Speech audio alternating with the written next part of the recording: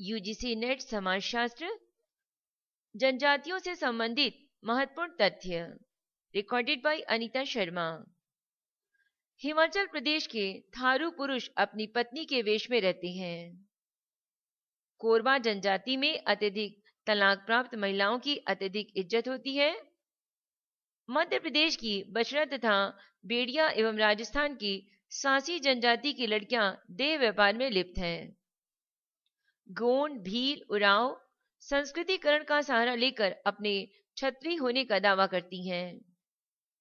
कोराची Indian जनजाति भूमि पर अपना कोई अधिकार नहीं मानती। बैगा जनजाति हल का प्रयोग इसलिए नहीं करती क्योंकि धरती माता के हृदय को कष्ट होगा। मुड़िया घोड़े की सवारी तथा उसे छूना भी वर्जित मानते हैं। कादर काले बंदरों का मांस खाती है और बांस के बर्तनों का प्रयोग करती है। कुकी तथा नागा में बंबू नृत्य होता है। कमार जनजाति में लुहारी प्रथा वर्जित है। मझवार जनजाति में सनई तथा सन उगाना निषिद्ध है। मध्य प्रदेश की सबसे साक्षर जनजाति है भिलाला।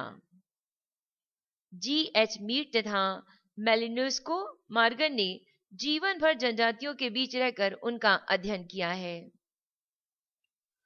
गोंड जनजाति तथा खरिया जनजाति की रजस्वला लड़कियों न कि घर का छप्पर छूती हैं और न ही बोए हुए खेतों में जाती हैं। कोरबा लोग बीमार व्यक्ति को ठीक करने के लिए जंजीर से पीटते हैं और नाक में जलती हुई सलाख डालते हैं। जौनसार जनजाति के लोग फसल के सामने नंगे नाचते हैं। याको जनजाति में अचल संपत्ति का उत्तराधिकार पितृ पक्ष से और चल संपत्ति का उत्तराधिकार मातृ पक्ष से माना जाता है।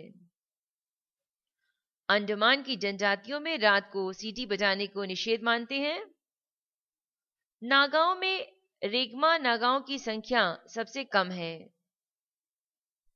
कुछ समाजशास्त्रियों ने गोंड को भारत के सर्वाधिक सुसंस्कृत एवं प्रगतिशील जनजाति के रूप में माना है। टिहरी गढ़वाल में भोटिया जनजाति द्वारा चिपको आंदोलन चलाया गया था। टोडा जनजाति में लोग भैंस को पालते हैं और उसी को शुभ पशु मानते हैं, इसलिए इनकी संस्कृति भैंस संस्कृति कहलाती है। लेप्चा सिक्किम में अपराध के नाम पर केवल आत्महत्या का अपराध पाया जाता है। हो जनजाति में अत्यधिक वधु मूल्य होने के कारण लड़कियां लंबी उम्र तक अविवाहित रह जाती हैं। नागा जनजाति में अतीत में मानव बलि की प्रथा थी।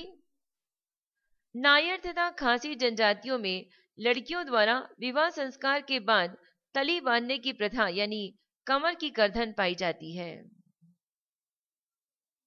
खासी जनजाति मेघालय तथा असम में पाई जाती है और परिवार की सबसे छोटी पुत्री जो उत्तराधिकारी होती है उसे खाक ददू कहा जाता है। वही परिवार में धर्म की रक्षक एवं पुरोहित होती है और वही दाह संस्कार भी करती है। खासी लोगों में जन्म संस्कार उतना महत्वपूर्ण नहीं माना जाता, किंतु मृत्यु संस्कार महत्वपूर्ण होता है।